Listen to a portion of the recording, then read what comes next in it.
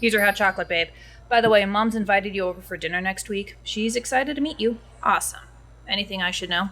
She does not get the autism thing. I've already sent her some articles, and she'll try to be polite about it, but expect some ignorance. Also, my dad's a worse alcoholic than my brother and is constantly cheating on her. Still want to do this? One dinner. Then I'll likely go as low contact with them as you are. Definitely. Hey, sir. How can I help you? Good morning. I have an 11 a.m. job interview. Let me get the boss. Did you want something until then? Oh, no, I appreciate it, but I'm on a tight budget. So you're meeting JC's relatives? Only the ones they still have contact with. The younger sister's cool. We swapped numbers and she sent me a bunch of memes and I'm making her a protective charm, so I'm pretty sure that makes us friends. Their brother was a bit pricklier, but still diplomatic. I'm just surprised you pushed for this. Every time JC mentions their family, I want to stab something. I hate having the meet the family hanging over my head. It makes me nervous. Also, when my partner refuses to introduce me to them, when they still have semi-regular contact at least, it makes me feel like a dirty secret. Even though I know that's not the case here, I've had it happen before and it leaves a bad taste in my mouth. The family also tends to resent the girlfriend the longer she's not introduced to them, making for a worse first meeting. It's just undue stress on both of us. Once I explained that to JC, they were more willing to do this, especially since they've also been facing pressure from their relatives to meet me. Alright, your relationship. Just don't push for the no-contact people unless you want to break up. Obviously not. Sorry. Hey, don't worry about it, Cupcake. I'm just surprised your boyfriend's letting you talk to other men.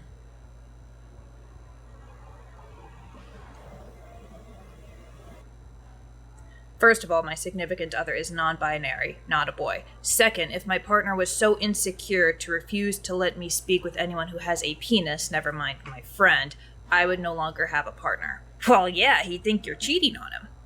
While every relationship has its own definition of infidelity, that crosses the line into unhealthy possessive behavior. Also, I am sapphic. I am not attracted to men. My bad. But I'm just saying, if I had a girlfriend, I wouldn't let her talk to other guys without me being there. Well, you're never going to get a girlfriend with that attitude. She's a person, not a goat. I wasn't talking to you, geezer.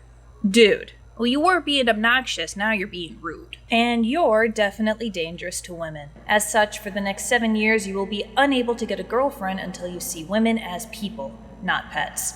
Now get out. Your magic shit, I'll have a bitch in a week. Is that your normal clientele? I'd say they're about 2%. And cursing them never gets old. You okay, babe? I'm fine. Just annoyed. Are you my 11 o'clock? Yes, ma'am. Here's my resume. Lindsay said you needed help keeping the people caffeinated. Excellent. Jennifer Charles, if you would join us. Why am I involved in this? You're the kitchen manager. That gives you partial authority over these decisions. Right, because my last hiring decision turned out great. Ugh, fine. First question. How do you feel about genderqueers? Oh, I've met a few of those in the shelters. Mostly teenagers with bad parents. One thing I like to do for all the newly homeless is give them a map that'll keep up to date with all the places we can go to be safe or get a free meal, as well as places where we need to stay away from. One of them was so grateful they did my hair for this interview. It was a rat's nest, let me tell ya. And helped me go to Goodwill shopping for this shirt. I have no sense of fashion. Now, I understand the transgender ones. That's pretty straightforward. You're just going from one to the other. But what I don't get is the in-between parts, you know, the they-thems and the people who flip-flop. But I also don't understand calculus, and that doesn't stop the rockets from going up into space. Damn it. Now I've got to actually interview instead of showing you the door. Sorry? Jennifer Charles. Fine, but if Cyrus steals all the brownies, it's her own fault. So, Oscar, be warned that the chair you're sitting in is enchanted, so you cannot lie. Well, now that's a handy trick. Sure hope you trademarked that. Spells are like recipes. You cannot copyright them. Anyway, it looks like your last steady employment was at a fast food restaurant a couple of years ago. Yes, ma'am. I lost my home right before that. That fast food joint only let me work part-time, and it wasn't nearly enough to put a roof back over my head. And you know, once you get knocked down that far, it's hard to come back up. No one wants to hire someone without a home address or transportation. So then where are you staying? Shelter? No, not if I can help it. I mostly do couch surfing. Most of my family's not an option, I won't go into it. But I'm blessed to have friends who don't mind me staying on their couch for a little while. I try to make it easy for them, keep the place clean, cook the meals, help with any yard work or shoveling that needs doing. In fact, winter is really good for me because I can knock on the neighbors' doors and offer to do their sidewalks and driveways for a few bucks. You get more in an hour shoveling than in a whole day of panhandling and some proper exercise. You like to stay busy. Well, you know what they say about idle hands, but I like to think I'm just being neighborly. You can ask them yourself. I know my CV's rather thin, so that's why I added so many references. Yes, you did. How do you know Lindsay? I met her almost as soon as she started volunteering at the 4th Street food shelf. We were all surprised to find out she's actually a witch. Most people who say they are really aren't. I've never seen her do what you did back there, but ever since she started working there and adding charms to the place, we never run out of food or toilet paper, and fighting almost never happens. Now, sometimes some of my fellow homeless try to pressure her into giving them charms, which she wants to do, but she doesn't have a whole lot of ingredients, so she tends to save them for volunteers and lotteries. Most people respect that, and those that don't, well, there's the door. I can't imagine Lindsay throwing hands. Oh no, that's not her way at all, but the other staff are very protective of her, as are the volunteers and many of the people she helps, myself included. The one time someone tried to attack her when she explained she couldn't make them a charm, it started a whole scuffle. The place was a mess. Took over 2 hours to clean up after. I'm not proud to admit it, but I may have broken a few ribs. Yours? No. Damn. Did the police show up? Not that time. Although I should let you know because I think you'll do a check. I have been arrested a couple of times. Yes, I ran a full background check when you applied. What was it for? Loitering and trespassing. Oh, so being homeless. That's exactly right, but the cops don't like it when you point that out. The good news is when you do get arrested, you don't have to worry about food or shelter for however long they have you locked up. Bad news is the food tastes like cardboard. That's an insult to cardboard. So you've been doing all this while living on the street. I've been homeless a handful of times, never more than a few weeks, and it's exhausting. You wouldn't think so, but it is. Something just drains you. Where do you find the energy? Cocaine? Goodness, no, I just put one foot in front of the other. I find that having things to do actually helps because it gives you a bit of purpose, and if that purpose is helping people even just a little, that helps the soul, and keeping your soul sustained makes it easier to sustain the body. For me personally, I'm also one of those religious types, so that helps. Catholic? I'm not denominational. God is everywhere, including synagogues and mosques, and even that new Satanist temple. They do a lot of great work to help the community, including cleaning up the lakes, and after we all went and got pizza, and they didn't mind one bit when I told them I couldn't pay. In fact, they insisted I come with so they could get some hot food in me. They'll be going up to heaven when they're done. As long as you're not shoving it down our throats. Oh, goodness, no. I'm no preacher, and even if I was, there's a time and a place, and neither of those are in a coffee shop. I know other religious types tend to be very judgmental, even though the Bible and most other texts say not to do that. But one thing I've learned is that if you can't be nice, you can mind your own damn business. When can you start? And that's how you work the espresso machine. It looks a lot more complicated than it is, but once you get the hang of it, you're good to go. Oh dear, I don't know if I'll be able to get the hang of it by the time we open. Probably not. We're going to put you either on register or fetching baked goods. Those are more straightforward. Oh, I see a list of ingredients for everything on the back of the cooler case. That's for allergies, so we don't have to bug JC every time someone asks. Make sure to warn them about the risk of cross-contamination. We do everything we can to limit that, so the percentage is in the single digits, if not fractions, but still above zero. Is it just going to be you and me up here? Well, Husniya was supposed to be here about half an hour ago. Sorry I'm late. One of my twins is sick and she's too young for most over-the-counter medicine, so we had to swing by the hospital. Oh, good lord. She's fine. They gave us some medication for her and it should be cleared up in 24 to 48 hours, plus my mother knows what to look out for. I may still need to leave early, though. Who are you?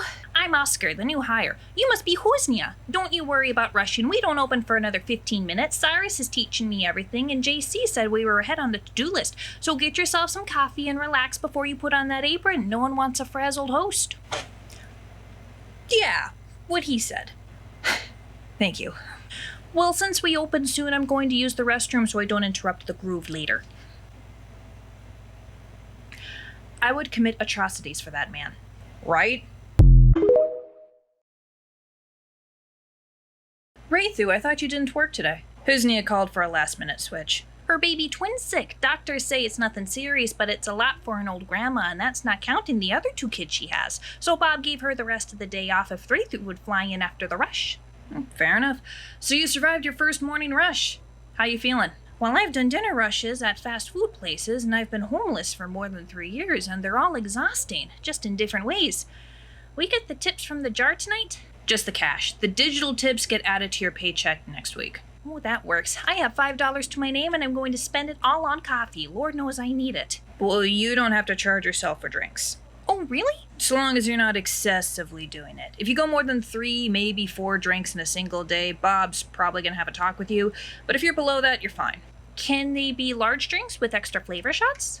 Absolutely. Oh, goody. FYI, we do get charged half on the foodstuffs. Theoretically. We don't really charge when it's still on the baking sheet, so if you need to get around that, you can. Again, so long as you don't do it too much, but once it's on the shelf, you're gonna get charged. Noted. I think I'll just take a classic coffee with some vanilla and hazelnut for the extra calories. Can I ask, Raythu, your pin's different than when you came in. Earlier it said world's best aunt, now it's best uncle.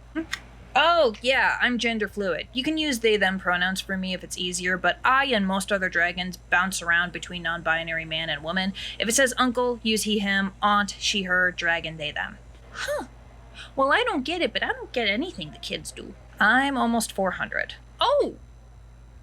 Well, you don't look a day over 21. Immortality and shapeshifting, it's a wonderful thing. I'm sorry if my question was insensitive. I swear every time I try learning about this stuff it changes, and apparently the books I used to read on it are a little out of date. You're good. You'll know if I get pissed off. Yeah, and honestly, the everything changes every 5 minutes feeling, it's valid. We're still trying to figure it out ourselves and the language to go with it, and we're learning new things about gender and sexuality every other day. So it's not just me. No. Honestly, for the first 350 years of my existence, Western mortals weren't allowed to talk about it ever, at all. So now with queer knowledge becoming more mainstream, it almost feels like we've got to make up for lost time. I suppose the internet's both a blessing and a curse with that. Lots of misinformation out there. You've got to be careful. Can I ask, Cyrus is on break, but I've seen he's got a couple of pride pins on his hat. I think one is bisexual? Yep. The other pin's asexuality. That's when you experience little to no sexual attraction. Like a priest? That's celibacy. If sex is like food, an ace person is just not hungry, or at least they're never craving any particular food, even when it looks really good and is right in front of their face. A celibate wants the food, but is on a diet. Oh, and that's okay. It's not a medical thing, because I know some doctors, they'd get real concerned about that. Not a medical thing. I mean, you look at history, check out Queen Elizabeth I of England. Great example of an ace. If she wanted to get laid, she would have. She didn't. She might have been aromantic too. Cyrus and I are arguing about that. Oh, because of that Robert Dudley fella. Yeah, that murkies the waters. Was she in love with him? Was she just possessive of a friend? Who knows? Well, libraries are great places for homeless. They'll never kick you out and you can read all the books you like, assuming they're not banned by petty people with control issues. Point. But I always want to keep the books, so... Also, to add a layer of confusion, ace and arrow are umbrella terms too, for even more specific stuff. Basically, if you experience sexual or romantic attraction but there's an asterisk involved, it's probably under that umbrella. Like, Raythu is demisexual and demi-romantic, which means they do experience attraction, but only after they've got an emotional connection with the person. That's why it took me and Cyrus months to fall for each other and start dating, which is still kind of fast by dragon and fairy standards. Well, hold on, isn't everyone like that? I mean, you have to get to know the person before wanting to canoodle with them. No. My girlfriend Nicole, I wanted to smash as soon as I saw her. Demis need to have that emotional bond first. You know those romance novels where they're friends before they're lovers, before they even start to be attracted to each other? That's pretty much it. Like, I thought that was how all couples were, because that's how all my relationships were. Aren't they? Apparently not. Non-demis are weird. Also, welcome to the queer club. Oh! Okay. Here's some more dishes for you, Drek. Thanks. How's it going up there? Oh, you know, it's finally started slowing down a bit. Remember to eat something soon, okay? We've got plenty of clean dishes out front so you can take a break. I will. I said I'd go around 12:30. Drek, what time is it? I don't know. Let me check. It's almost 2. Uh-huh. I'll go on that break. Okay then. I got Drek to take his lunch break. Don't know how you can forget something like that. He's got ADHD. It's a common symptom. Oh, that explains it. Oh, good afternoon, young man. Hi. You're new? I am. You're a regular, aren't ya? Yeah, normally I'm with my mom, but she said I could hang out here for a bit while she's stuck at the office and I work on a project. Project? It's summer. Your only project should be running through a sprinkler. It's a summer program on public speaking. Oof. Whoa, she's making you do a public speaking class? That sounds like death. No, she said I didn't have to, but I want to because some of last year's teachers weren't great about my autism, but the speech coach is good with autism. Pretty sure he has it too. And I'm really learning a lot of good tricks like look at their nose or forehead instead of the eye, and wear clothes with baggy pockets so you can stim without people noticing. Yeah, those sound handy, but can't you just use the charm that Nicole gave you for the stimming thing? Yeah, that feels like cheating. Squirt, that's like saying using an inhaler is cheating for asthmatics. You're already at a disadvantage, unless everyone else on your speech team is not neurotypical. No, they're NT, I think. I'll think about it. Can I get a cold chai with skim milk? Please do not put ice in it. Oh, I can do that for you. So what's your project about? Jack the Ripper? No, I've actually drifted to a new hyperfocus. So there was this cult in the 1980s. Oh lord, how old are you? Just turned 14 and had a growth spurt. And it was started by this angel who said he was a direct messenger of God and had holy healing powers and stuff.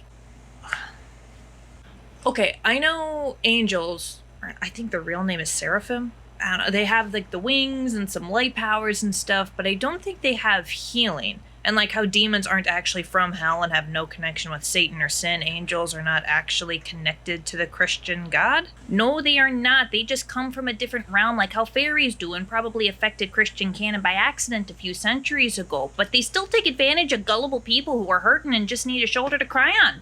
Makes me sick. Yeah, that's what happened. The angelic cult got over 200 members and it got busted because a reporter realized the angel was a fraud and was writing a report, so the angel sent cultists to kill her. The whole thing unraveled from there. What's really interesting is what happened to the cultists before, during, and after. Like, why did they join? Why did they stay? What happened to them after? It's really cool, and there's a lot of great work being done by psychiatrists and therapists today for modern cults. Oh, well, that seems like an interesting project. You sure you won't get docked on the subject material? Nah, it's been approved. The biggest thing my coach said is to watch my O's. Apparently, I draw them out all Minnesotan-like. What a douchebag.